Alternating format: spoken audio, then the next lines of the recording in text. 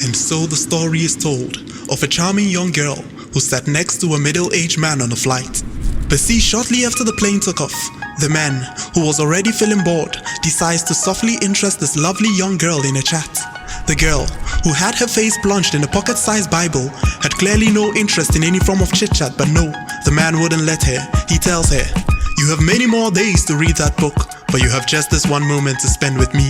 Why don't you put that away and let's have a convo? You might learn a thing or two, you know." The young girl, who is obviously infuriated by his glaring edginess, goes on to ask, "What would you have us talk about?"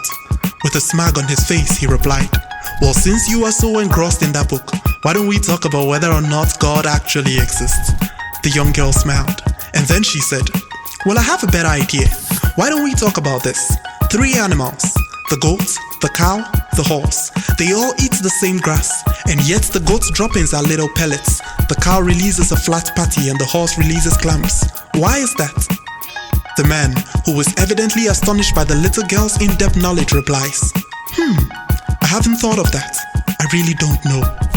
The young girl gently turns to him, and with that same smile on her face, she asks, "So you really feel qualified to talk about the existence of God when you literally don't know shit?"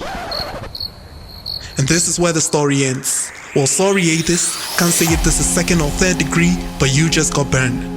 Now, before some of you atheists drop some razzmatazz in the comment section trying to make a point of why the little girl in the story has no argument, have some dignity and don't try to argue with a fictional character that acknowledges that God is not fiction. See, when were you born? And whose silly idea was it? I mean, no offense, but I'm just asking because I don't seem to understand how someone can claim his grandparents don't exist simply because he hasn't met them. And who even makes such an ignorant statement that existence does not exist? Quit tripping. Fun fact, it is believed that there are over 50 uncontacted communities of people in the Amazon rainforest alone. Well, guess what? To those guys, you don't exist. And this is just a small fraction of the earth. So how a man can possibly conclude that God does not exist when he hasn't even finished discovering all people on earth is the real definition of dementia. I really wish I had more to say in this piece, but I'm no psychiatrist. I simply came to create an awareness of a medical condition and to plead with all people not to stigmatize them, but to look upon their condition with pity, and above all else, keep off them. Stay safe, your mental health matters.